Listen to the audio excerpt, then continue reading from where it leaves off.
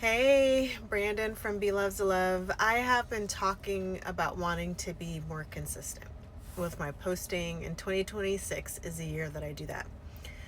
I did not do as well. Actually, I take that back. When I initially got my end of year summary of the books that I read, it said that I had only read 50 books, which I knew was not the case. It had not counted a number of the rereads. Hell, I read Kennedy Ryan's Can't Get Enough. I hope I'm saying that name correctly. 4 times in a row. Like, I finished it, and I was like, I was getting ready to write the my review. Like, let me just go back and read this one section. Ended up reading the book again. Did the review, and then I wanted to read the part again about how Maverick saw Hendrix for the first time. Ended up doing another reread.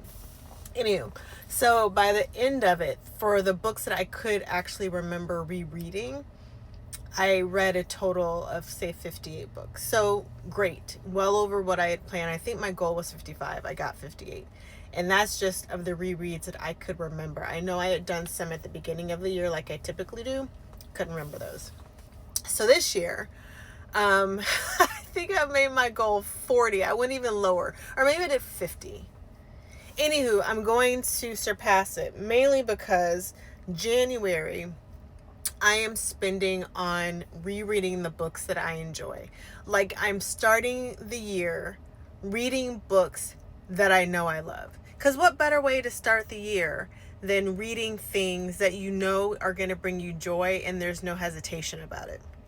February, though, I am going to finish the books that I started.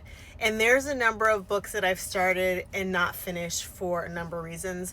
One of the books that I cannot remember the title right now, it was giving me like secondhand anxiety. So much so that I knew I was getting to a part, and this was like the beginning of the book, that was going to, like, there was a pivotal moment that was going to go through the rest of the book. I could not get through that pivotal moment. So that's one of the books I'm going to read. Another book that I'm going to read was another one. It was an Enemies to Lovers. And it was an interesting Enemies to Lovers.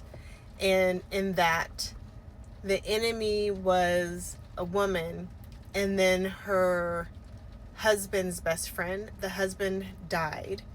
And so his best friend and his wife, in essence, just did not like each other. And it really is because the best friend did not like the wife, and she could not figure out why. We, as the reader, figure out why or know why. So I'm getting to a part where they have agreed to certain circumstances and situations, and for some reason it was giving me anxiety. So I had to stop reading it. So I know for sure what I'm reading for January and February. January is going to be the rereads of all of my favorite books. Not all of them, but my favorite books.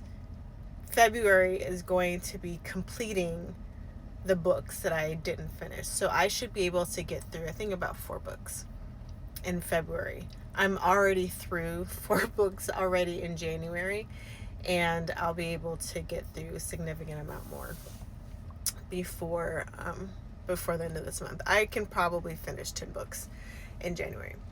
And especially now that I know how to edit the end date or add a new start and end date, I'll definitely be able to have these tracks. So that's what I'm going to do for this year. I am 99% romance. So if you don't have a romance book to recommend, you don't need to share it with me. If it's a love story, I will do that.